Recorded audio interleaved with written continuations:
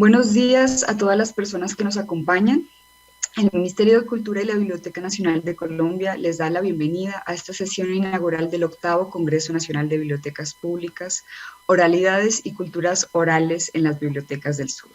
A partir de hoy, lunes 21 de noviembre, y durante 6 días estaremos reunidos para aprender de manera conjunta sobre las oralidades y las culturas orales a través de espacios de escucha, conversación, diálogo y discusión. Mi nombre es Valeria Guerrero y los estaré acompañando en la conducción y moderación del Congreso. Agradecemos de manera especial la participación de todas las personas que han acogido nuestra invitación a este encuentro: bibliotecarios, coordinadores de redes de bibliotecas públicas, representantes de las administraciones locales, promotores y mediadores de lecturas, lectores voluntarios, agentes culturales y demás asistentes de Colombia y otros países. El tema de esta 8ª versión del Congreso Nacional de Bibliotecas Públicas, denominado Oralidades y Culturas Orales en las Bibliotecas del Sur, está en diálogo con la 7ª versión, realizada en el año 2020, bajo el título Pensar, sentir y construir las bibliotecas desde el sur. Como ustedes verán, la invitación de este año es continuar y profundizar la reflexión sobre las bibliotecas del sur global. Recordemos que con este término nos referimos a las bibliotecas de la región geográfica ubicada al sur de nuestro planeta, a la que pertenecemos, y que además de ser un espacio material, es también una zona con procesos históricos y una riqueza cultural particulares. En ocasiones solemos referirnos a los países del sur global como países en vía de desarrollo, en contraste con aquellos países desarrollados del norte global. Más allá de estas denominaciones y de las preguntas que puedan generarnos las ideas mismas del desarrollo, en este congreso nos interesa explorar la riqueza de las expresiones culturales y en particular de expresiones propias de las oralidades, presentes en el sur global, y continuar creando formas de pensar, sentir y construir las bibliotecas de este lado como una apuesta política y social en un sistema mundial. Muchas gracias por su intervención, señora ministra. A continuación, para continuar con la instalación del evento, le damos bienvenida a Adriana Martínez, directora de la Biblioteca Nacional de Colombia, quien se dirigirá a todos los participantes de este encuentro. Adelante, señora directora. Bueno, buenos días a todas y todos los bibliotecarios, bibliotecarias, promotores de lectura y demás personas que trabajan con proyectos alrededor de la cultura escrita en este país, que hoy nos acompañan en la apertura de este congreso organizado por la Red Nacional de Bibliotecas Públicas y la Biblioteca Nacional de Colombia. Un congreso que, como lo dijo Valeria hace un momento, está este año dedicado al conocimiento y la reflexión crítica sobre las oralidades y las culturas orales en las bibliotecas del sur. Mi nombre es Adriana Martínez y recientemente asumí la dirección de la Biblioteca Nacional de Colombia.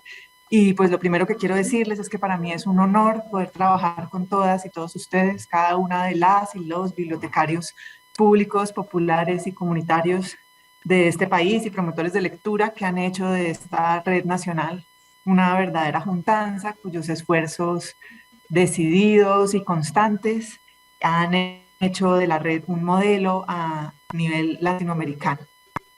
Mi reconocimiento también al comprometido equipo de la Red Nacional de Bibliotecas Públicas que lleva meses preparando este congreso para que sea un espacio de encuentro y de reflexión alrededor del tema de las oralidades en la biblioteca como prácticas esenciales para la supervivencia de la memoria y de las identidades, un tema sobre el que tenemos tantas preguntas y a su vez tanto para debatir y compartir en estos tiempos de cambio social en Colombia.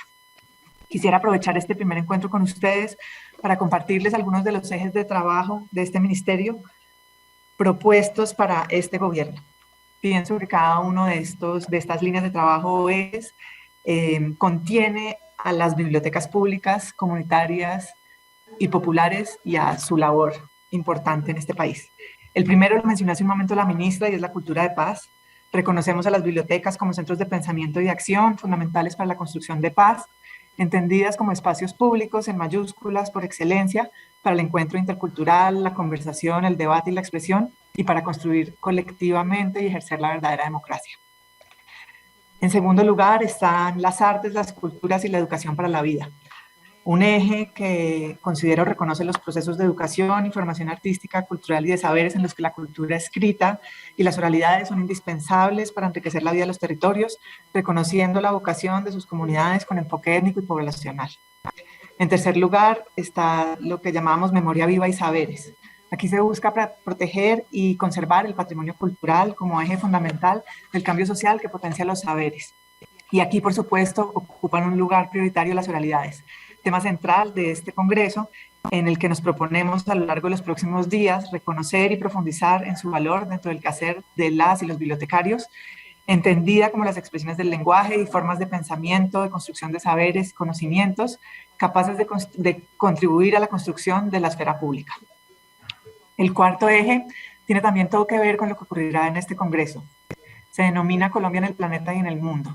Y aquí la propuesta que nos hace este ministerio consiste en propiciar espacios como este congreso, en donde integremos a Colombia cultural y artísticamente en una juntanza con el mundo mediante la integración de América Latina y el Caribe. En los próximos días contaremos con la participación de 54 invitados de diferentes lugares de Colombia y otros países de América Latina que conversarán y debatirán alrededor de los 4 ejes temáticos propuestos para el Congreso, que tienen que ver con la diversidad cultural, la memoria y la política, la educación y la formación de ciudadanías y la relación entre la oralidad y la cultura digital. En quinto lugar está lo que llamamos gobernanza cultural. Como decía hace un momento, pienso que las bibliotecas de este país, las públicas, las populares y las comunitarias, son sobre todo espacios de gobernanza cultural para la participación activa, diversa y democrática de la ciudadanía en la cultura, que es lo que busca propiciar esta línea de acción.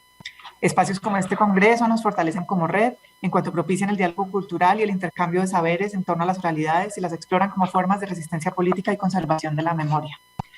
Por último, y para terminar, están las poblaciones activas, en el que juegan un papel fundamental las mujeres y los jóvenes, las bibliotecarias y promotoras de lectura que hoy nos acompañan en este congreso y que cuidan de la palabra en los territorios, mujeres que a lo largo del tiempo han mantenido vivas las oralidades, con sus voces que cuentan, que cantan y que cuidan, así como los grupos étnicos y sus saberes y tradiciones cuyas oralidades son manifestaciones indispensables en diversas culturas del país y que serán motivo de estudio en algunos de los espacios de este congreso. Desde la biblioteca les queremos dar una cordial bienvenida al encuentro que iniciará con una conferencia del lingüista y psicoanalista colombo-francés Evelio Cabrejo Parra, reconocido por sus contribuciones al estudio de la oralidad, el lenguaje y la primera infancia, así como por su trabajo ampliar el acceso a la lectura de personas y poblaciones históricamente excluidas de la cultura escrita. El Congreso continuará a lo largo de los siguientes 6 días con un total de 39 espacios de programación que abarcarán temas que van desde las oralidades como expresión de la diversidad cultural de Colombia hasta la relación de la oralidad con la cultura digital, con la infancia o con movimientos culturales como el hip hop, entre otros. Por último, espero que este congreso, que este año es virtual, en el 2024, sea ojalá nuevamente un espacio presencial en el que podamos todos encontrarnos para seguir imaginando y trabajando juntas y juntos por las bibliotecas de este país como espacios comunitarios, culturales y políticos fundamentales para alcanzar la paz. Les deseo a todas y todos un provechoso congreso, un provechoso y feliz congreso, y los dejo en la compañía de Evelio Cabrejo. Muchas gracias. Agradecemos a la directora de la Biblioteca Nacional por sus palabras.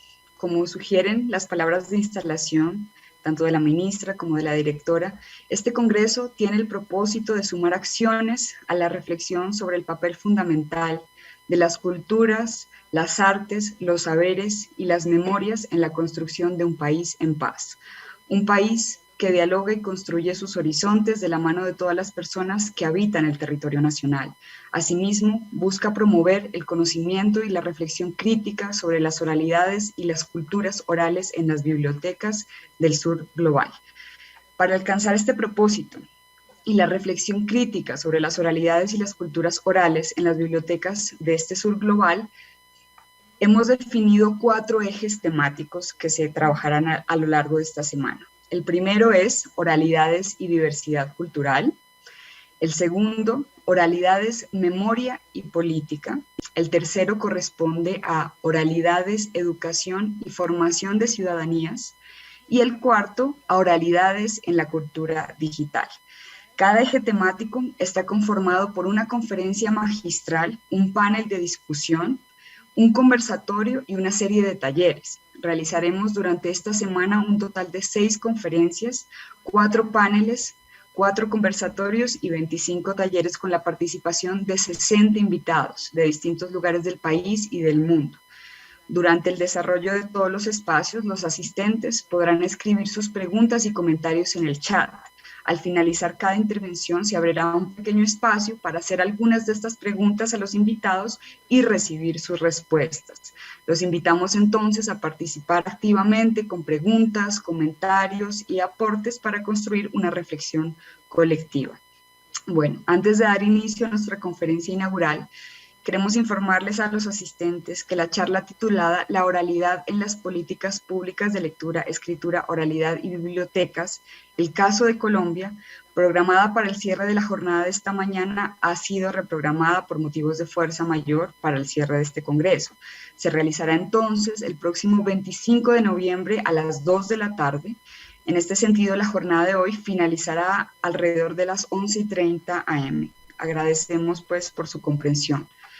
Damos entonces inicio a la charla inaugural del 8º Congreso Nacional de Bibliotecas Públicas, Oralidades y Culturas Orales en las Bibliotecas del Sur. Para ello, les doy la bienvenida a los profesores Evelio Cabrejo Parra y Natalia Quintero. Algo de la presentación ya lo hizo la directora, sin embargo, ahondaré más en algunos de sus perfiles. El profesor Cabrejo es lingüista y psicoanalista colombiano radicado en Francia. Es docente, conferencista e investigador en los campos de la psicolingüística y la infancia. Es vicepresidente de Acciones Culturales contra Exclusiones y Segregaciones, autor del libro Lengua Oral, Destino Individual y Social de las Niñas y los Niños, publicado en el año 2020. Asimismo, esta conferencia contará con la moderación de Natalia Quintero Castro, quien es profesora de la Escuela Interamericana de Bibliotecología de la Universidad de Antioquia. Ha investigado sobre temas como las bibliotecas populares y comunitarias, la evaluación de políticas públicas de lectura, escritura y oralidad y la red de bibliotecas rurales de Cajamarca en Perú. Profesor Evelio, profesora Natalia, muchas gracias por acompañarnos y por compartir sus reflexiones con los participantes de este espacio. Bienvenidos, tienen la palabra. Buenos días, muchas gracias, Valeria. Buenos días a todos, un caluroso saludo para todas las personas conectadas a este congreso. Muchas gracias también al equipo de la Biblioteca Nacional y a la Red Nacional de Bibliotecas Públicas por propiciar estos espacios y por la invitación que me han hecho para acompañarles esta mañana en calidad de moderadora de la conferencia inaugural. A continuación, el profesor Evelio Cabrejo dará inicio a su conferencia titulada Lengua oral y expresión humana, perspectivas para la vida individual y social. Recuerden que pueden hacer sus preguntas durante el desarrollo de la charla a través del chat. Al final de la intervención del profesor Evelio, le damos paso a estas preguntas. Así que los dejo con el profesor Evelio. Bienvenido y adelante. Muchas gracias por esta calurosa presentación. Yo agradezco de una manera muy particular al Ministerio de Cultura de mi país y también un saludo muy a la Biblioteca Nacional por hacernos el honor de invitarnos a participar a este importante evento.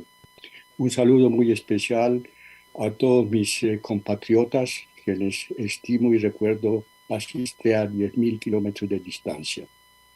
Entonces, este coloquio es el resultado de este congreso es el resultado de una gestación, como ya se ha dicho, ¿no? Que empezó en el antiguo congreso.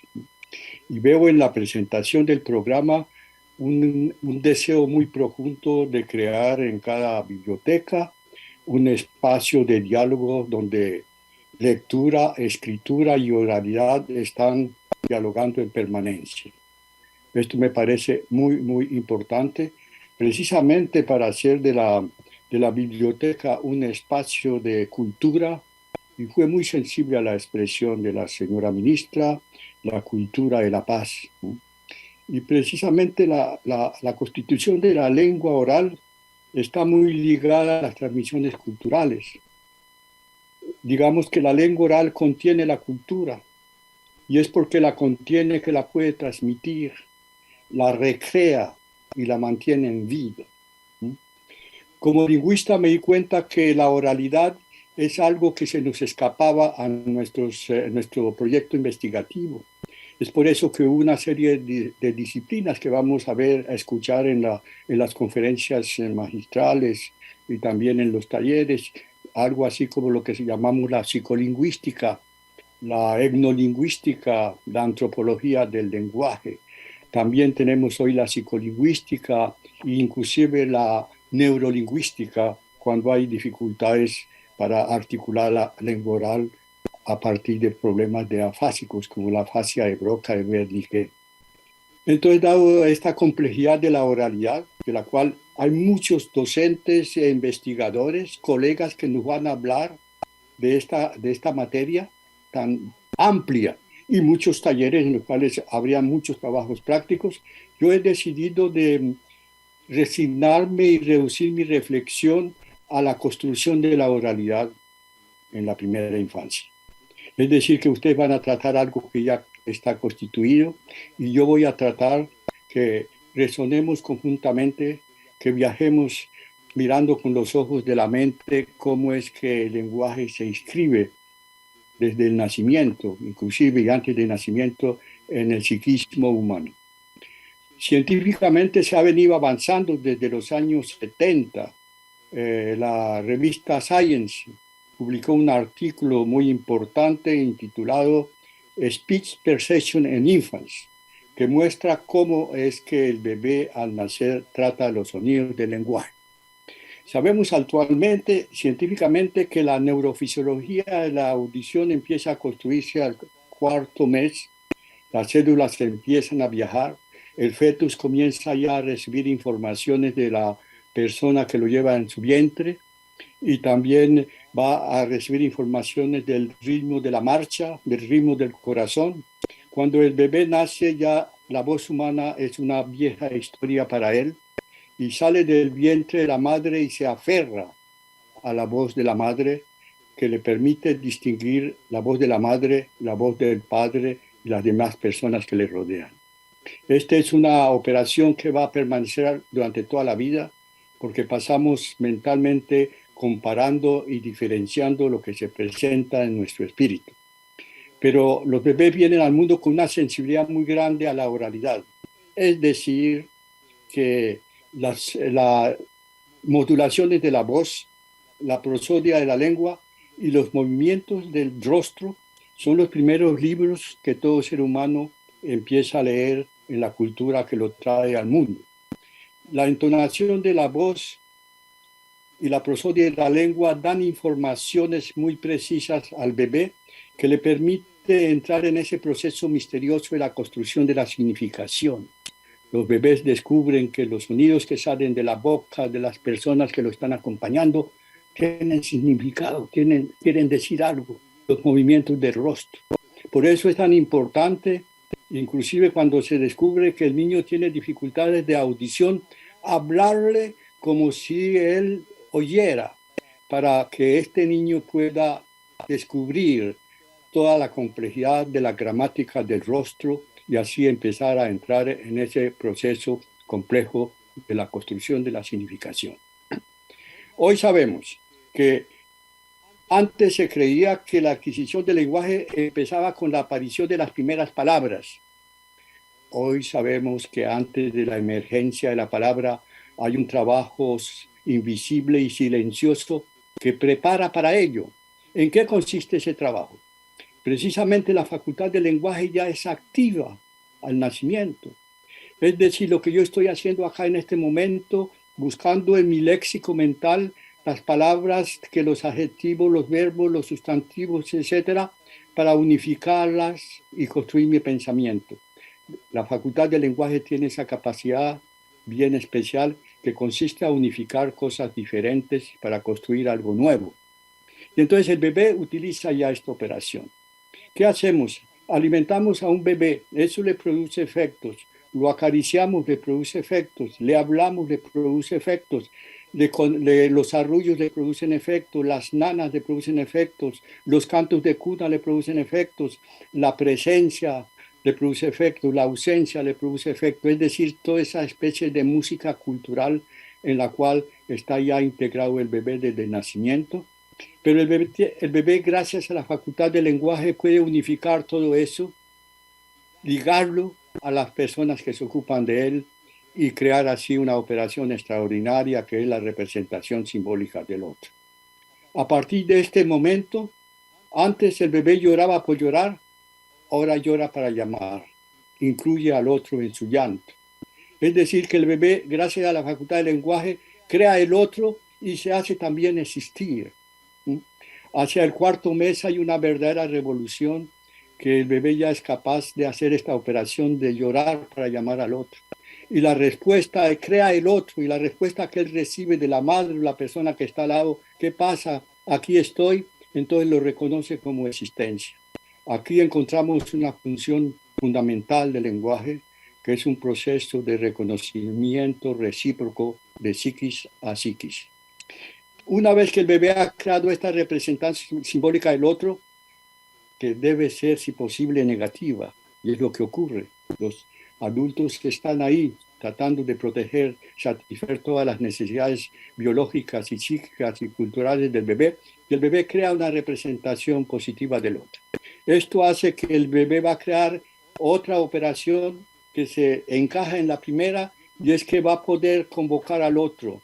Es decir, que el bebé descubre que la persona con la cual creó vínculos precoces continúa existiendo, así no esté visible.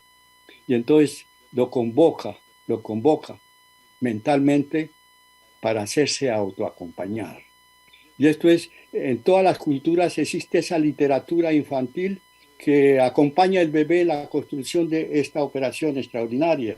Tenemos el Duérmase negrito, que tu mamá está en el campo, es decir, toda una literatura que ayuda al bebé a construir esta operación mental sin la cual no se puede desarrollar y que nadie se puede colocar en el lugar del otro. Es él que tiene que realizarla. Entonces, por eso la cultura viene ahí con toda la literatura infantil que es universal para ayudarle al bebé a ir en esa dirección. Inclusive ya el juego del cucú, que también es universal, cuando escondemos nuestro rostro, lo escondemos y venimos, lo escondemos y venimos, es una manera de decirle al bebé, así no me veas, continúo existiendo y regreso porque tú existes. Es ese fenómeno de intersubjetividad naciente que va a construir el ser humano en todas las culturas.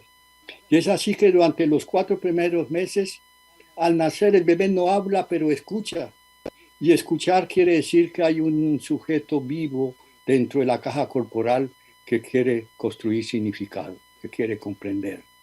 Y durante los 4 o 6 primeros meses los bebés reciben informaciones de la voz hablada, de la voz sonreída, de la voz cantada, de las nanas, los cantos de cuna, de toda la música que se le presenta.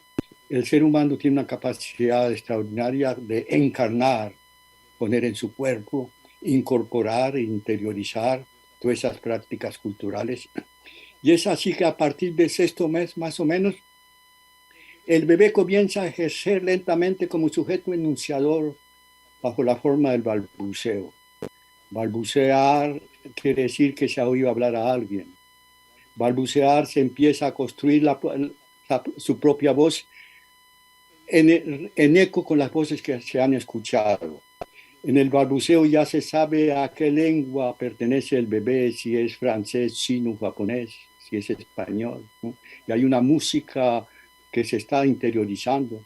En el balbuceo hay una temporalidad, las sílabas pueden ser largas, cortas, abiertas y cerradas. Esa temporalidad es muy importante para construir la música.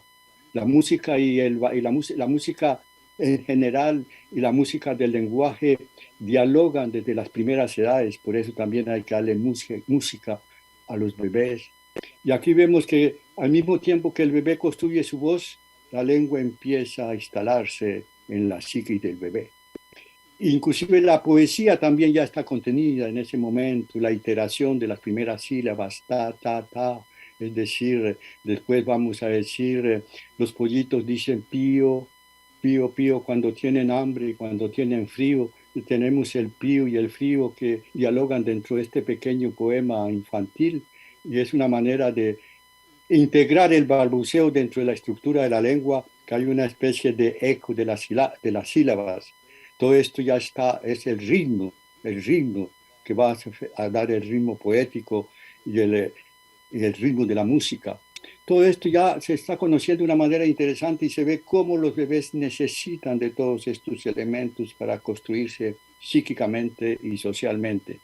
Hacia los 8 meses ya empieza, ya el bebé ya está muy armado de todo esto. Los padres están muy satisfechos porque el bebé ha empezado a balbucear. Empiezan a decir mamá, mamá, papá, papá, el padre y la madre piensa que ya está diciendo papá y mamá. Todavía no, pero un día lo va a hacer. Entonces, todas estas cosas que son banales tienen una importancia radical. Hacia los 8 meses, el bebé empieza a mostrar todo lo que le interesa en el mundo exterior, convoca al otro a través de este gesto deítico. La señora ministra hizo referencia a la obra Cien años de soledad de García Márquez. En esta obra, al principio, hay una frase maravillosa que dice: el reciente que las cosas carecían de nombre y para designarlas había que mostrarlas con el dedo. Se diría que esta obra magistral ya comprendió esa entrada en el lenguaje, en la intersubjetividad humana, en esta experiencia de intersubjetividad. Cuando el bebé muestra con el dedo, todavía no tiene la palabra, pero el adulto generoso por lo menos mira lo que el bebé ha mostrado. Y si es aún más generoso, lo nombra. Y si es aún más generoso, lo lleva lejos en la lengua. Que el bebé mostró un pajarito que pasó, una flor o algo así, que el adulto va a nombrar lo que el bebé muestra y le va a hacer una especie de discurso, de relato a través de lo que ha mostrado. Y es así como acompañamos de una manera positiva la entrada en la lengua. Porque la lengua es un proceso de transmisión de generación en generación. La lengua está antes de nuestro nacimiento. Llegamos al mundo, nos dan un nombre para instalarnos en el lenguaje, ingresamos a ella y cuando nos hayamos ido, la lengua es generosa y conserva nuestra existencia bajo las formas de nuestro nombre y apellido. Entonces el lenguaje se transforma lentamente en una especie de residencia principal del ser humano. Y hay que acompañar a los bebés en este viaje lingüístico y la oralidad es preciosa, porque precisamente, además de la lengua de la vida cotidiana, hay que darle inmediatamente acceso a la lengua del relato. Y ahí viene nuevamente, repito, con insistencia, las nanas, los cantos de cuna, los cuentos, las retahilas, los pequeños trabalenguas que aprendemos en la escuela, ¿no? Todas esas cosas son muy importantes porque el lenguaje, además de ser una actividad bastante abstracta e intelectual, también es una actividad de articulación psíquica, como lo estoy haciendo en este momento. Bueno, entonces, todo esto prepara, el acto de mostrar prepara inmediatamente la llegada del léxico con la participación de los adultos. Aquí viene esa experiencia humana de construcción del mundo, cómo es que el lenguaje nos permite de construir el mundo individual, el mundo social, el mundo exterior. Pienso que estamos construyendo 3 mundos sin darnos cuenta: el mundo exterior, el mundo social y el mundo que llevamos en nuestra profunda intimidad. Esos 3 mundos se construyen al mismo tiempo. No es que primero construimos el exterior, después el social y después nuestro mundo interno, no. Esos 3 mundos se construyen simultáneamente y se alimentan de la riqueza cultural que los bebés han recibido del ambiente familiar y psicosocial donde están naciendo, creciendo y viviendo. Cuando las primeras palabras llegan, ha habido todo un trabajo inmenso que han realizado los bebés. Han construido su voz a través del balbuceo, pero también han utilizado la motricidad. Cada vez que un bebé encuentra algo a la portada de su mano, lo está tomando, lo está tocando, lo está golpeando para ver cómo reacciona a las acciones que se les aplican. Esta actividad motriz es muy importante porque permite al bebé descubrir cómo es que el objeto responde a la acción que se le está aplicando. Es por eso que en todas las culturas dan juguetes a los niños para que puedan ejercer esta actividad motriz. Y cada vez que el bebé va ejerciendo su acción, va a recibir informaciones y esas informaciones constituyen embriones de pensamiento y representaciones mentales que más tarde van a ser nombradas con la aparición de las primeras palabras. Entonces vemos cómo la motricidad, todos los encuentros de intersubjetividad constituyen una memoria interna del sujeto en construcción. Cuando la palabra llega es que el niño ya tiene representaciones mentales y empieza a nombrar lo que está en el espíritu. Entonces acá viene una operación más que consiste a representar lo que está en la mente, es decir, hay una operación de representación de representación. Y esta operación de representación es específica al lenguaje. Los animales también, el mundo animal también ejerce acciones sobre los objetos para obtener informaciones y crear propiedades de los objetos, pero el mundo animal no puede nombrar eso. Nosotros nos escapamos, no sabemos por qué, creando el lenguaje, la lengua oral, creando representaciones a partir de representaciones. Aquí se descubre que se abre un mundo muy grande, es decir, que todo lo que está pensado se puede pensar de otra manera. Y esa operación de la representación hace que cada cosa que esté en la mente se puede nombrar de diferente manera.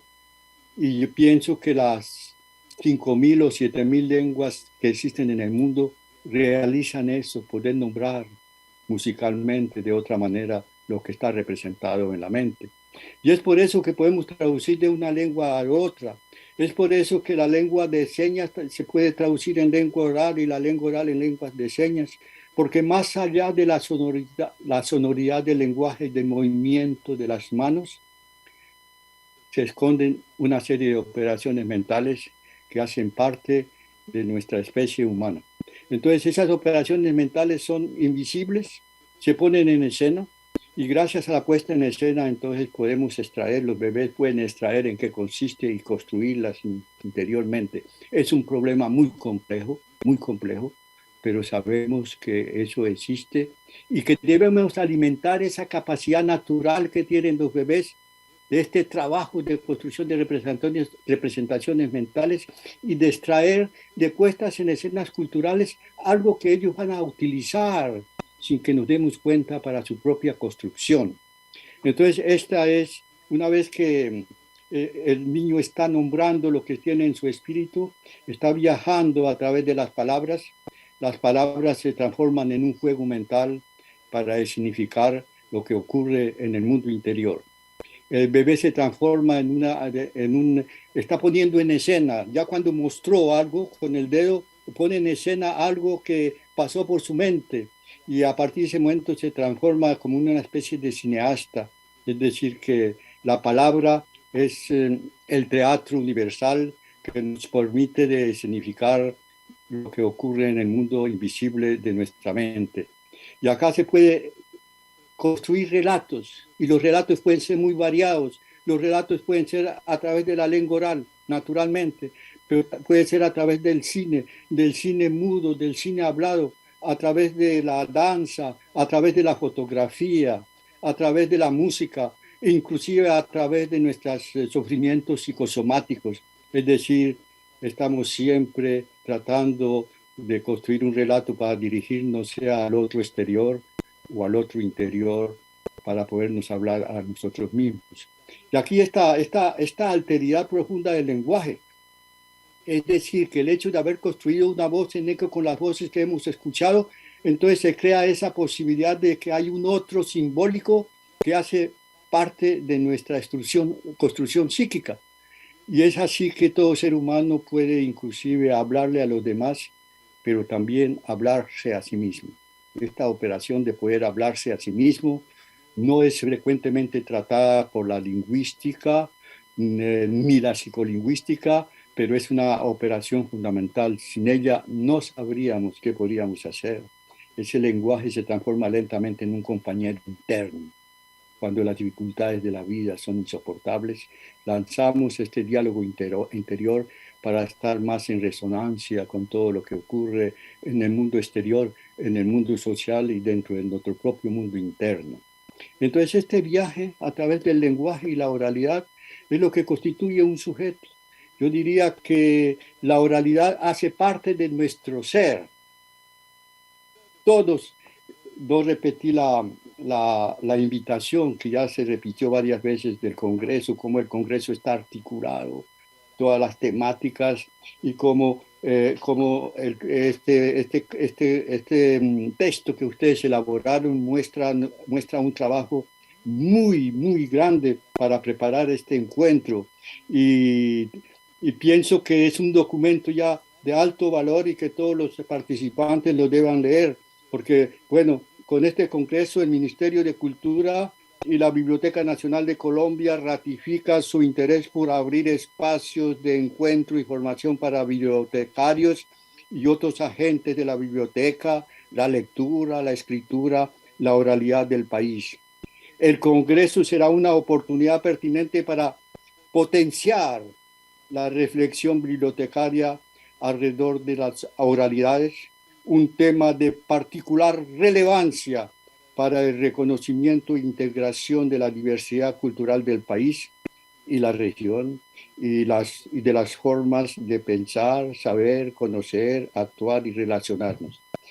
Yo encuentro que el texto que ustedes hicieron para presentar el Congreso ya está de una manera poética muy especial y que vale la pena que todos lo leamos, todos lo leamos. Yo no quise comentarlo porque tenía miedo de lastimarlo. Entonces es por eso que prefiero que sean ustedes, cada uno, los que están inscritos a este congreso, abierto a tantas individualidades, que lean esa gestación del congreso desde el último congreso que se realizó en 2020. Es un proceso de gestación y como ustedes dicen en el documento, estamos andando y tenemos mucho por andar. Me hizo recordar a la frase de Machado que dice, el camino se hace al andar. Bueno, y avanzando en esta dirección de la importancia de la oralidad, la aparición de las primeras palabras, qué alegría para los pediatras, para los psiquiatras, ¿no?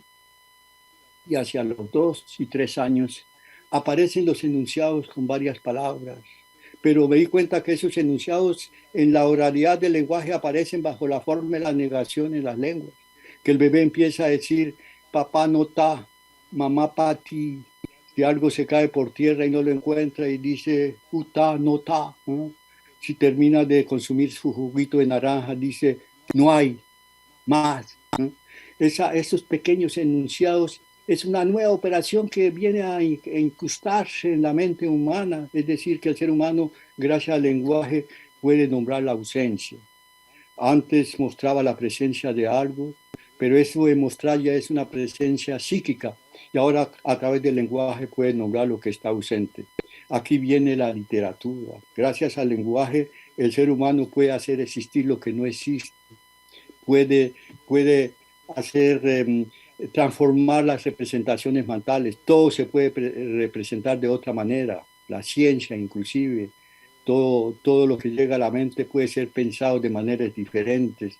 La representación de la ausencia es una operación muy compleja, pero que dialoga en permanencia con la representación de la presencia. Cada vez que hablamos sin darnos cuenta la estamos utilizando. Cuando decimos, por ejemplo, casi compro un libro, quiere decir que no lo compramos. Aquí vivía la abuelita, ya que aquí no está viviendo, que ya está posiblemente en otro sitio o en la eternidad, ¿no? Cuando decimos si tuviéramos tiempo pasaríamos horas para hablando, quiere decir que el tiempo ya está corriendo y se nos está acabando, ¿no? Entonces todo esto, sin darnos cuenta, estamos permanentemente jugando con la representación de la presencia y la ausencia, y la literatura es preciosa para esto, ¿no? Es preciosa. La literatura puede crear personajes que no existían y hacerlos existir, y una vez que están ahí, son inmortales. El Quijote de la Mancha no existía antes de Cervantes, y una vez que existió, pues hoy existen todas las lenguas que tienen sistemas de escritura, ¿no? Sistemas de escritura.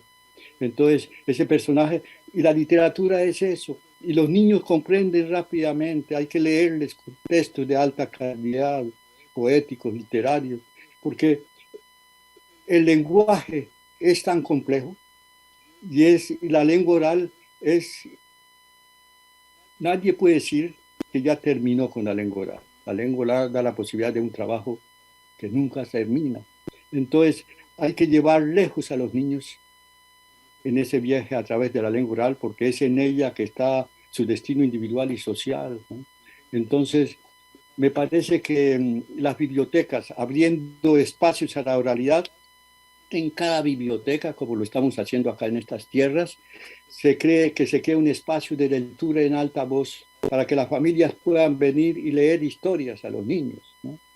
Que en cada biblioteca haya un espacio. Ya en Colombia, yo sé que yo fui una vez a Puerto Boyacá con Graciela Prieto a visitar una bella biblioteca allá y hablamos de cómo instalar los libros para las familias, los espacios de lectura para los bebés.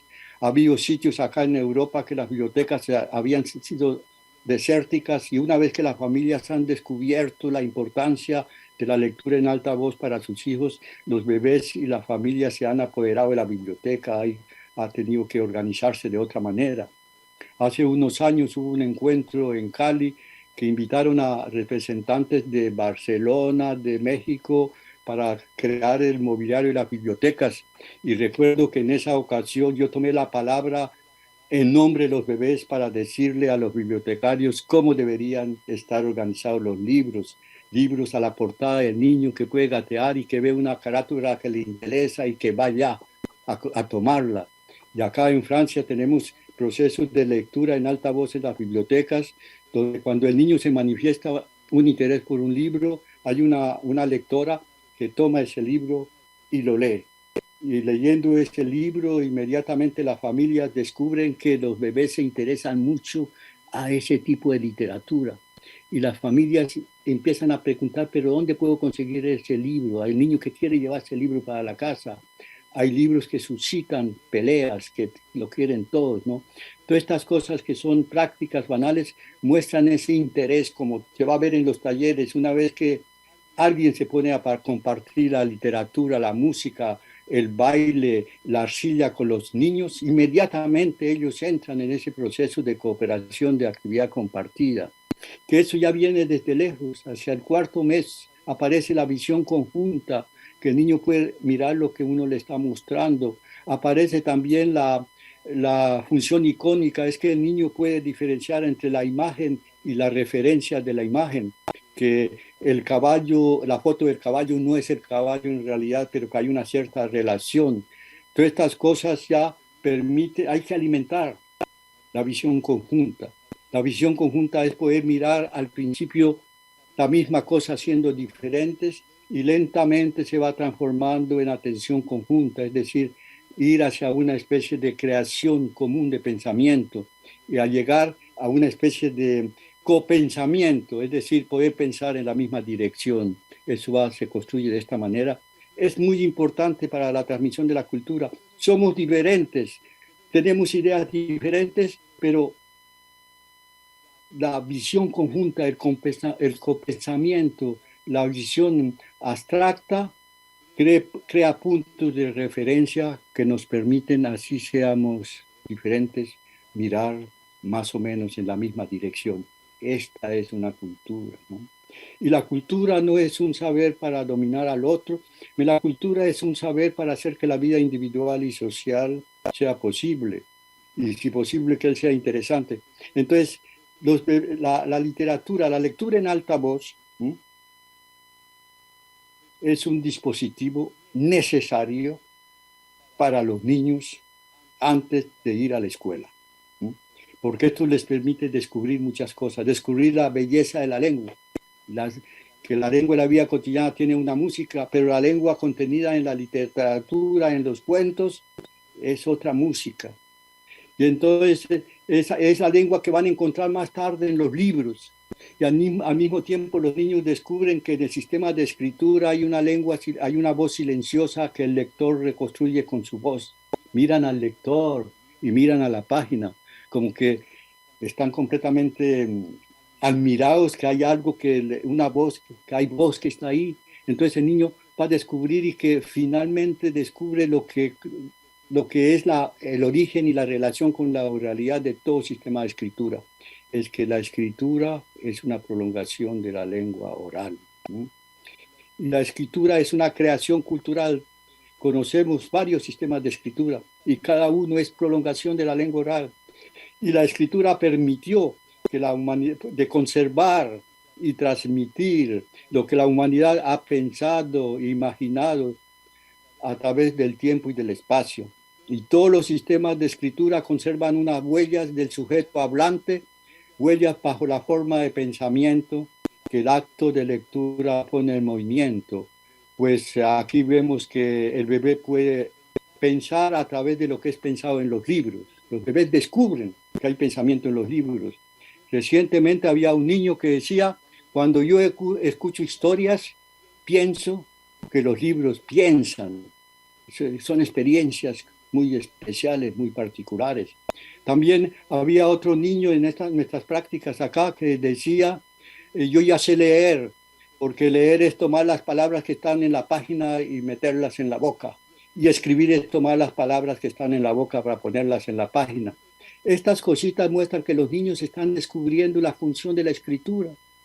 Y es precioso para aprender a leer y escribir en buenas condiciones, que hay significado en esos textos, que el libro se organiza según el esquema corporal, que hay una arriba, abajo, derecha, izquierda, que del momento en que abrimos un libro estamos dentro de una cultura, porque todas las culturas no organizan el sistema de escritura de la misma manera.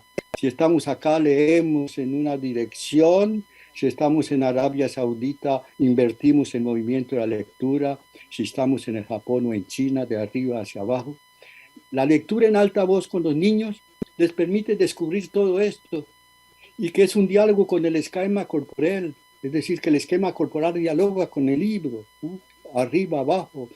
Todavía no se conocen esas palabras de derecha y de izquierda, pero ya cuando el niño llega a la escuela y abre su libro y está muy, muy orgulloso de poderlo abrir como es, descubre que el niño que no ha tenido esas prácticas abre el libro, el profesor le dice, no es así, le voltea el libro, y si eso se repite, entonces el niño que no ha tenido esas prácticas, pues se siente completamente humillado, lo que es fuente de placer para los unos se transforma en fuente de sufrimiento para los otros, y hay niños que se cierran al libro porque no entienden, y es por eso que ningún ministerio de educación de la planeta ha podido resolver el problema que todos los niños que vayan a la escuela sean alfabetizados, porque hay muchos que se han cerrado al libro, dado a esto de lo que les estoy hablando, y una vez que se cierran al libro, aprenden apenas a pronunciar las palabras escritas, pero una vez que abandonan la escuela, abandonan todo eso y se transforman en adultos iletrados. Precisamente la lectura en alta voz y las bibliotecas tienen un papel muy importante. Pienso que hay que hacer una alianza desde el punto de vista institucional, entre la biblioteca, la familia y los niños. En el orden natural, los niños con sus competencias naturales, las familias y las bibliotecas. Porque para mí como lingüista es algo muy difícil de comprender, que lo que no hemos podido explicar científicamente a través de siglos de trabajo teórico, pues en todas las culturas los niños se apropian de la lengua oral sin darles cursos específicos. Todo lo que hay que hacer es hablarles, darles la lengua, la oralidad de la manera más rica posible, y ellos hacen su trabajo.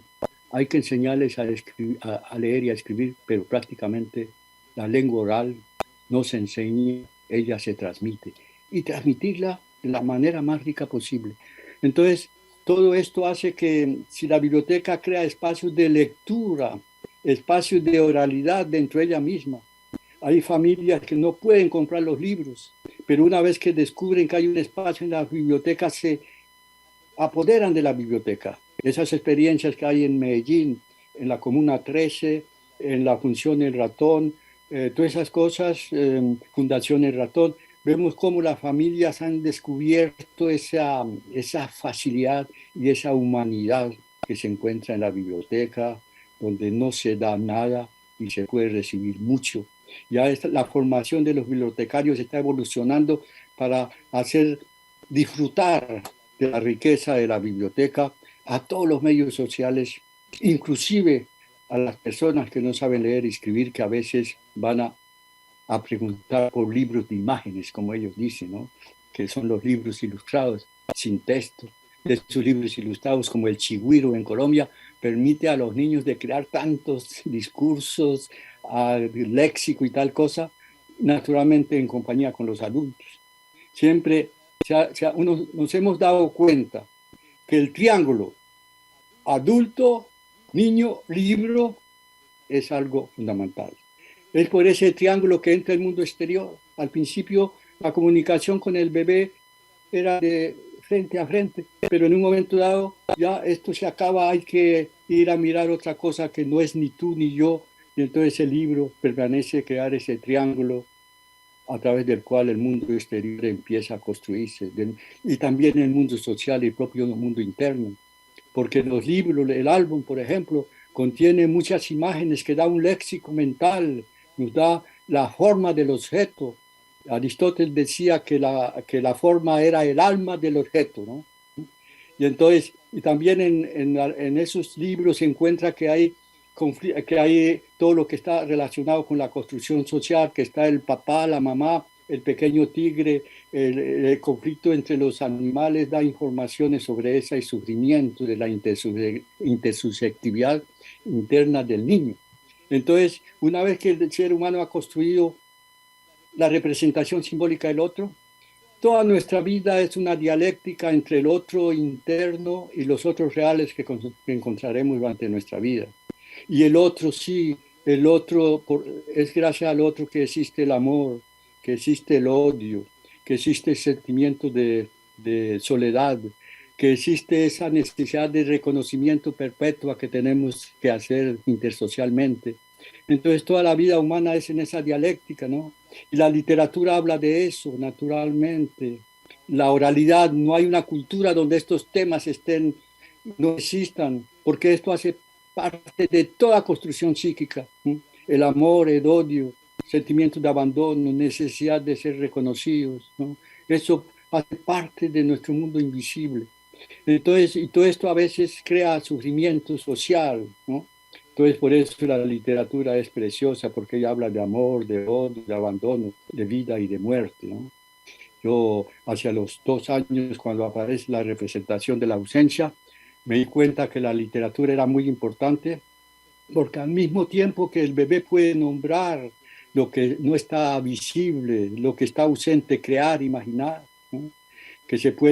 La literatura puede crear, como decía antes, personajes que no existían para hacerlos existir, puede hacer desaparecer simbólicamente lo que existe, o puede pensar de otra manera lo que ya ha sido pensado. Podemos pasar toda nuestra vida a pensar lo que es el amor, la ternura, y esos temas siempre se pueden decir de otra manera. Como decía, la ciencia también crea nuevas maneras para mirar el mundo. Entonces viene esa capacidad que tiene el ser humano de poder pensar de otra manera lo que ya ha sido pensado. Entonces eso es darle la posibilidad de tener un pensamiento interior rico, crítico, muy importante en la construcción psicosocial. Pero al mismo tiempo que estas operaciones se instalan, entre los 2 y 3 años aparece un dolor psíquico considerable, es decir, que los niños también van a descubrir lentamente que estamos todos destinados a la ausencia, es decir, que es por el lenguaje posiblemente que el ser humano descubre que es mortal. Y ahí viene un sufrimiento psíquico profundo de los niños. Y en todas las culturas hay toda una música, literatura, cuentos, tantas cosas para filtrar esta angustia a la cual todos hemos sido sometidos. Y aquí aparecen las pesadillas. Y el monstruo aparece como un personaje psíquico inevitable, porque ya cuando se puede en una pesadilla aparece un monstruo, ya se ve que hay un trabajo psíquico profundo a tratar de comprender algo que es muy difícil e imposible comprender. Y entonces aquí hay un sufrimiento muy grande. Y acá es muy importante que el adulto esté ahí, que preste su voz a la lectura de textos de calidad literaria, poética, ¿no? Para acompañar al niño en el momento de ir a dormir, por ejemplo, que pueda transformar las pesadillas más bien en sueños, ¿no? Entonces, todo esto son trabajos fundamentales de la cultura, ¿no? Son las experiencias humanas que está ahí. Y pienso que las bibliotecas tienen un papel muy importante a jugar en todo esto, muy, muy importante.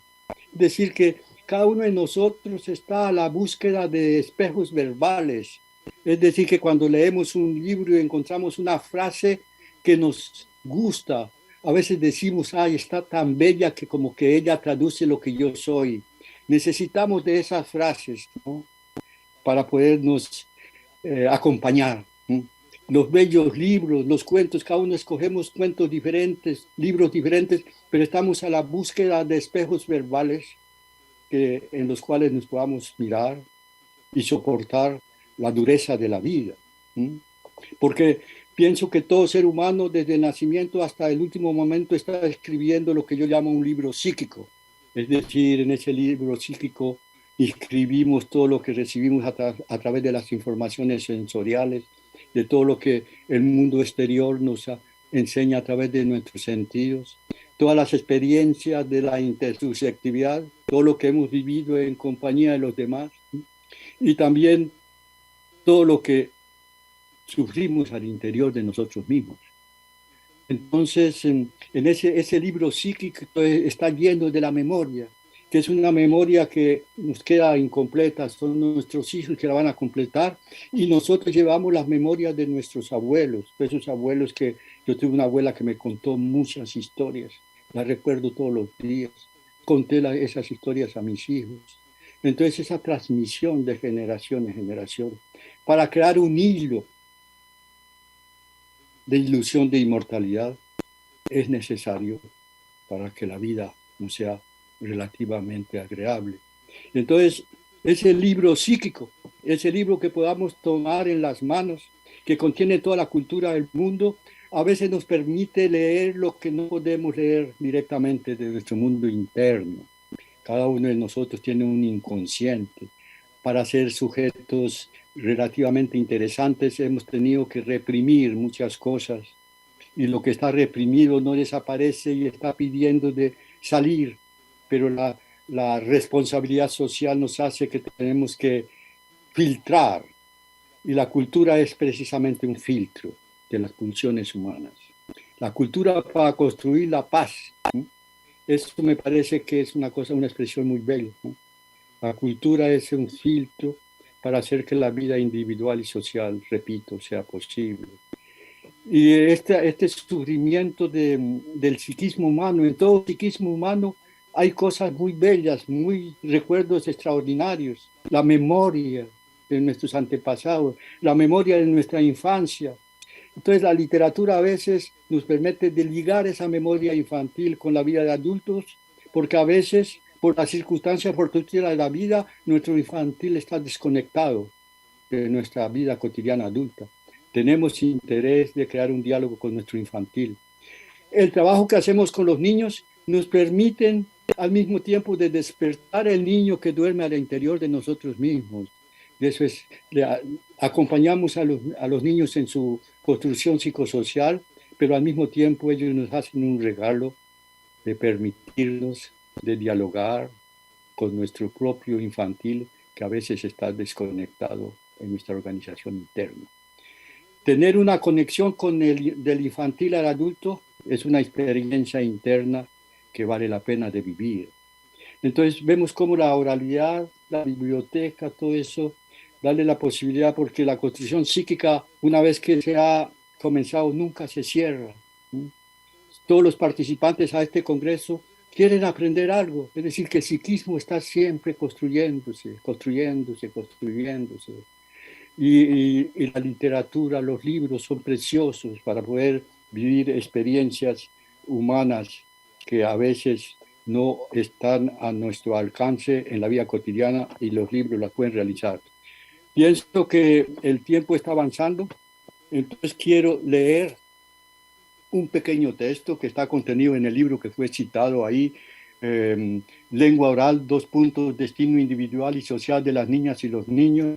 Y acá en este texto, en un momento dado, hablo diciendo lo siguiente: si la facultad del lenguaje hace parte de nuestro patrimonio neurológico, la lengua oral está ligada a transmisiones culturales y puede ser causa de desigualdades sociales.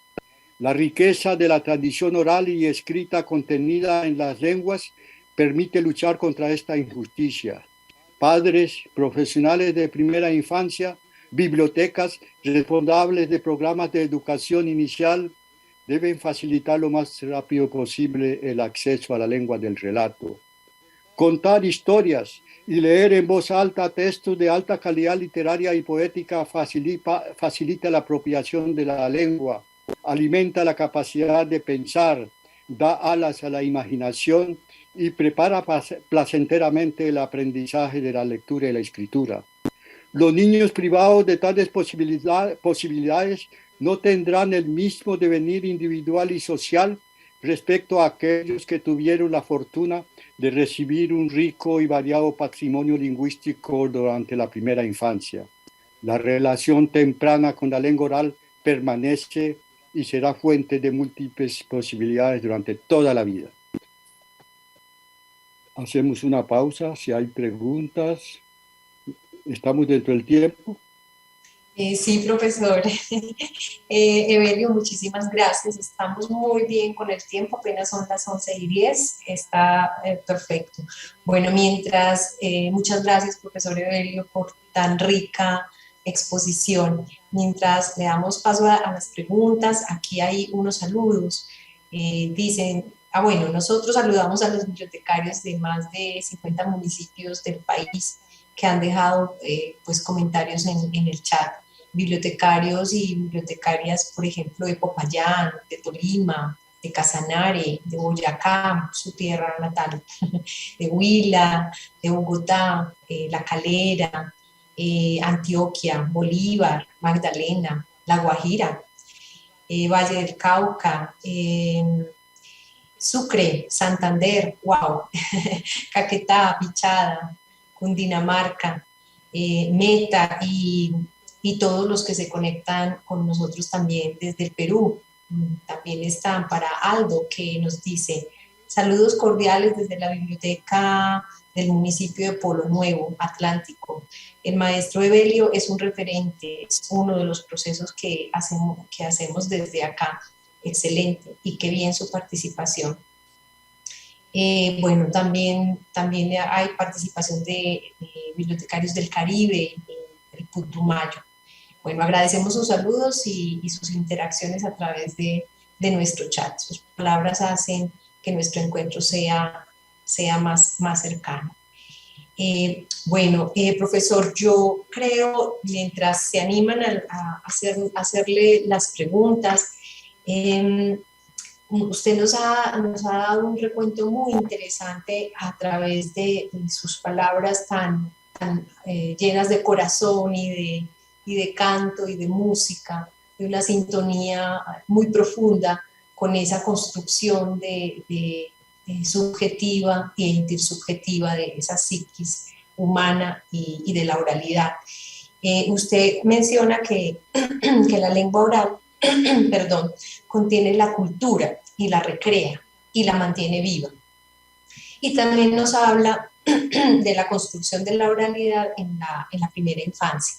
A mí se me ocurre pensar o preguntarle cómo continuar profundizando estos procesos a lo largo de la vida, ya no solo en los niños, sino, por ejemplo, con los jóvenes, las chicas, los chicos que llegan a las bibliotecas, que están en las casas, pero también con las personas adultas, con los adultos y con los ancianos. ¿Cómo potenciar este proceso que se inició desde antes del nacimiento? Sí, pienso que, como les decía, la oralidad hace parte de nuestro ser. y que es muy importante que todos tenemos un aparato de fonación. Precisamente ha habido descubrimientos científicos. En el año 1983 se creó un congreso en Massachusetts, en los Estados Unidos, para tratar de comprender esa relación que hay con lo corporal y la oralidad, ¿no? Y entonces acá se descubrió algo que hacía muchos años se trataba de analizar utilizando la física para comprender los sonidos del lenguaje. Y ahí uno da cuenta que cada vez que hay un enunciado, que hay un niño que habla, un adolescente, un hombre, mujer, anciano, la música del mismo enunciado no es diferente, ¿no? Entonces hay una variabilidad de ya a ese nivel que es extraordinaria, que pasa inapercibida. Entonces, pero ¿cómo es que los niños pueden extraer de esa variabilidad algo que no sea variable? Entonces el título del libro es Invariance and Variability in Speech Processes. Y se llegó a la conclusión que finalmente lo que nos hace común es que para que haya voz tiene que haber el aire que parte de los pulmones, obstrucción, vibración de las cuerdas vocales. Y eso no es común de todo aparato de fonación humano. Entonces que el niño es capaz de extraer informaciones de esa variabilidad utilizando su aparato de percepción que le permite dar informaciones cuáles son las partes del cuerpo que trabajan en la producción de los sonidos. Y entonces ellos van a descubrir eso, ¿no? Y eso es algo muy importante. Hay la teoría de la operación, la percepción motriz del lenguaje. Es decir, que cuando estamos hablando de una manera inconsciente, también estamos reproduciendo esos gestos que hacen posible las palabras, ¿no? Bueno, entonces yo pienso que vale la pena que todo adolescente, todo adulto, en cualquier momento de la vida, que hagamos trabajar nuestro aparato de fonación. Es una manera de poner una relación profunda entre lo corporal y lo mental, ¿no? Cada vez que hablamos, nuestro cuerpo está trabajando y está en diálogo también con nuestras actividades mentales. Pienso que es muy importante. Y es por eso que hay en muchos países actualmente donde se están creando grupos de lectura en alta voz, señoras que están pensionados, ¿no? Grupos de lectura en alta voz. Cuando yo estaba adolescente en mi pueblo, Moniquirá, nos reuníamos para recitar poemas. Hacíamos una cantidad de poemas así, ¿no? Nos reuníamos para hacer también ejercicios medio poéticos instantáneos, ¿no? Recuerdo que una vez estábamos en un campo y estábamos en ese ejercicio y alguien vio un nido de un pajarito allá y entonces dijo, escuchen, yo voy a crear mi poema.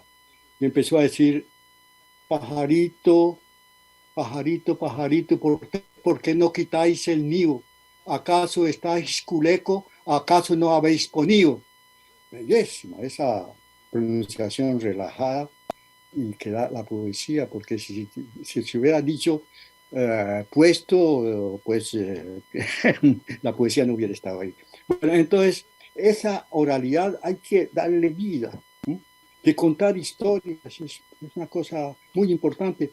Y esas historias que se cuentan hacen bien a la persona adulta que las cuenta a los niños.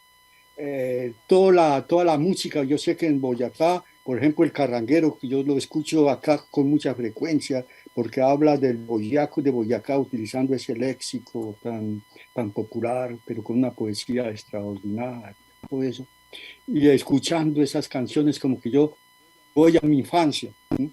Yo pienso que tenemos interés de poder leer textos de alta calidad en alta voz, escucharlos. Entrenar no es fácil leer, pero entrenándose se llega. Yo sufrí mucho aprendiendo lenguas extranjeras porque llegué a Europa ya estando bastante anciano, a los 26 años, y para poder afinar mis cursos en francés o en inglés, tenía que ponerme todas las mañanas a pronunciar, para hacer que mi oralidad sea audible a los demás. Vale la pena hacer esas cosas, aprender a pronunciar bien. Yo sé que cuando yo estaba en la escuela nos entrenaban mucho con los trabalenguas, tres tigres comiendo trigo en tres platos, eso hacían parte de la educación de aquellos que llaman media lengua, ¿no?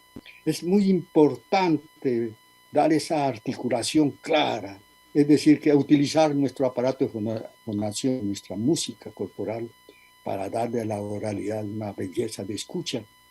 Yo pienso que a todas las edades, si las personas se interesan, reunirse, leer textos en alta voz y comentarlos después. Esa es una manera, tomando un té, tomando un cafecito, tal cosa, ¿no? ¿Por qué no?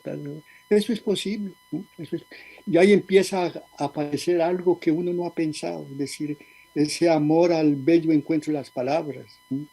Las bellas imágenes, los libros ilustrados, porque un libro bello es a la vez esa combinación de colores, de imágenes y la belleza del encuentro de palabras y que da una sutileza bella de pensamiento, ¿no? Los bebés comienzan saboreando los libros físicamente, los muerden, los chupan y después empiezan a saborearlos mentalmente. Ese recorrido, ese camino. Yo hablo de cosas banales, pero yo pienso que las cosas banales son extraordinarias, que lo banal, detrás del banal se escacha lo extraordinario y que a fuerza de repetirse pierde toda su importancia. Entonces hay que darle importancia a esas cositas que son banales, ¿no? Yo pienso que lo que yo hice cuando estaba joven, de recitar poemas, eso me sirvió para mi discurso universitario, ¿no? Se habla mucho de la oralidad y de la educación, todos esos temas donde que yo hablé un poco en subterráneo aparecen en los talleres, naturalmente, ¿no? Aparecen en los talleres, ¿no? De una manera, y pienso que era una de las maneras que yo quería ponerme ahí bajito para crear un diálogo con todo lo que va a ocurrir a través de las conferencias, ¿eh?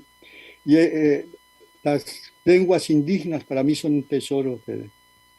Lo que se ha hecho en Colombia con los libros de agua, verdor y viento, ya llevarlos a las bibliotecas, reconocer las lenguas indígenas, pues todo eso. Entonces, perdón, no quiero seguir extendiéndome, pero sí, yo pienso que vale la pena y que se puede inventar cada uno grupitos al interior de la familia, los padres que se interesen en estas cosas, coger libritos que gustan a los niños y a ellos también y compartirlos en la casa. Esto durante la epidemia, el coronavirus, un niño necesita moverse, jugar y tal cosa y estar familias encerradas en espacios reducidos. Trabajamos acá por medios virtuales para decirles, darles ideas, ¿no? Y efectivamente algunas familias se encontraron que era una de las maneras para poder dialogar con los niños y descubrieron algunos, ¿no? Es decir, que los niños a veces son promotores de lectura antes de saber leer y escribir ellos mismos. Cuando uno ve que al niño le gusta la historia, uno la lee. No se la aprende de memoria como ellos, ¿no? Pero la está uno leyendo, porque el niño, después que se ha hecho la lectura de 5 o 6 veces, si un día uno está cansado y quiere ir rápido y suprime algo y dice, no es así, lo llama uno al orden. Bueno, todas esas cosas son muy bonitas. Bien, muchas gracias, profesor Evelio. Yo creo que hay un trabajo muy importante por seguir haciendo. Yo creo que las bibliotecas públicas, comunitarias, populares y rurales han hecho ese esfuerzo en escuchar a los adultos, en escuchar a los jóvenes, en hacer procesos de oralidades muy ricos y muy profundos en nuestras sociedades, que están llenas de diversidad, que están llenas de la diversidad del mundo afro, de la diversidad del mundo indígena, de la diversidad de los mundos campesinos que tenemos en nuestro país. Por acá tenemos una pregunta de Mónica Lázaro. Me gustaría que el maestro pudiera profundizar en la idea que mencionó sobre la capacidad humana de representar y su incidencia en las posibilidades de transformar pensamiento. ¿Somos más flexibles gracias a ella? Bueno, hay algo que es banal nombrarlo, pero que es imposible definirlo, lo que llamamos el significado. Sabemos que él existe porque estamos todo el tiempo construyendo significado. El pensamiento es imposible definir, sabemos que existe porque estamos en permanencia construyendo pensamiento. Y precisamente lo que es importante con el lenguaje es que toda representación mental uno la puede representar de diferentes maneras. Eso lo aprende uno mucho yo en una época no quería publicar porque sabía que lo que yo publicaba hace 15 años hoy no, ya no está, ya está devaluado, tal cosa. Entonces, ese miedo que se tiene de esa dinámica del pensamiento. Pero vale la pena saber que finalmente todo puede ser pensado por el lenguaje, todo puede ser objeto de relato y todo lo que puede ser pensado por el lenguaje tiene múltiples posibilidades de realizarlo. Eso se ve mucho en psicoanálisis, que en un momento dado se crea un proceso de relativizar algo que a lo cual está uno pegado ahí, que fue así, que tal cosa, que me trataron tal cosa, en un momento dado se dice, pero aparece un pero salvador, es decir, que finalmente no estoy tan seguro, pero puedo pensar eso de otra manera y se entra en un proceso que Freud decía que psicoanálisis terminada, psicoanálisis infinita, ¿no? Que eso abre una serie de campos, ¿no? Pues, pero la literatura lo hace, ¿no? No hay que ir frecuentemente al psicoanálisis, no, no, no. La literatura es una manera de hacernos pensar cosas que no hemos pensado. Esa es la literatura. Nos da la posibilidad de vivir otras vidas, como que ensancha nuestra existencia, los personajes que leemos a través de la literatura. Las oralidades, saber que en tal región hay una oralidad, que nosotros estamos pegados al su merced en Boyacá y que hay otras oralidades, pues eso quiere decir que hay otras maneras de vivir, otras maneras de relacionarse con los demás, otras maneras de nombrar el mundo, porque cuando uno va a las comunidades indígenas, pues vemos que los niños rápidamente pueden nombrar todos los árboles que les rodean. Nosotros no somos capaces de hacerlo, ¿no? Que oyen rebuznar el burro, que rebuzna el burro, que el caballo relincha, que la gallina cacarea, que los pájaros cantan y cada pájaro los distingue, ¿no? Entonces, esa oralidad entra en un diálogo con el mundo, que a veces no lo vivimos en las grandes ciudades, ¿no? Entonces, cada oralidad permite de pensar el mundo y cada oralidad permite de construir un diálogo interior consigo mismo, con los demás y con el mundo exterior. Y esos diálogos nunca se terminan. No podemos decir que ya terminamos de construir el mundo exterior, ¿no? Todavía estamos en el proceso de adquisición. Permanecemos siempre en un proceso de adquisición. Hablar del mundo exterior, del mundo social, de la democracia, eso siempre estará creándose nuevas maneras de pensar, ¿no? Y afortunadamente quiere decir que el lenguaje, que el lenguaje tiene un poder, y cuando se descubre ese poder del lenguaje, pues el lenguaje también es utilizado para lastimar a los demás, ¿no? Hay frases que son bellas y que los profesores que nos dicen una frase, pues la conservamos en la memoria y nos hacen ir muy lejos, pero también hay frases que nos lastiman. Y para mí es un misterio, y estoy estudiando eso en este momento, cómo es posible que sin recibir un puñetazo, pues nos sentamos tan heridos por una frase que nos dijeron, sea en nuestro medio familiar, en nuestro medio profesional, en nuestras relaciones conyugales, tal cosa. A veces estamos hiriendo a los demás sin darnos cuenta. Me hace pensar algo que decía Sócrates antes de morir, que las faltas del lenguaje no son las faltas de ortografía, pero la utilización del lenguaje para hacerle mal a los demás. Bien. Muchas gracias, profesor Evelio. Por acá hay otra pregunta. ¿Cómo utilizar la estrategia de la lectura en voz alta para mejorar la comprensión lectora en el desarrollo de la imaginación y la creatividad de los niños? Nosotros leemos en voz alta individualmente a un grupo de 4 o 5 niños, lo estamos haciendo desde hace 40 años. Ponemos los libros sobre el muro para que los niños puedan ver las carátulas. Se les dice cada uno tiene derecho a escoger un libro y les vamos a contar historias. A veces no utilizamos el verbo leer, ¿no? Bueno, Los niños que nunca han tenido experiencias con eso, se quedan mirando el primer día, pero los que ya saben un poco corren a coger un libro. Pero vemos que como hacemos un programa como mínimo de 6 meses, una vez por semana, en presencia de padres, en presencia de alguien de la biblioteca y en presencia de profesionales de primera infancia, ese es nuestro encaje. Y yo observo que al cabo de 4 secciones, ve uno todos los niños con un libro bajo el brazo, haciendo la colita para que lean las historias. Entonces sabe que ya está entrando acá. Es un recorrido largo para entrar en el libro. Entonces hay que leer la historia de los libros. Y cuando el niño escoge su historia y se la lee, se pone en posición de escucha. Lo decía al principio. ¿No? Al principio de la vida no hablamos, pero escuchamos. Ya estamos. Y entonces se alimenta la posición de escucha. Y cuando el niño está escuchando, está produciendo sentido a su manera. ¿No? Y hay que darle esa libertad de entrar con sus pasitos lentos en la construcción del significado a su manera. No le pedimos ni resumen ni nada. Y vemos que los niños hacen comentarios a veces que son impresionantes, ¿no? Ese niño que dice, cuando escucho historias, yo pienso que los libros piensan, me dejó completamente admirado, ¿no? Nos enseña a pensar, pero se da la posibilidad de alimentar esa capacidad que está siempre abierta al infinito, ¿no?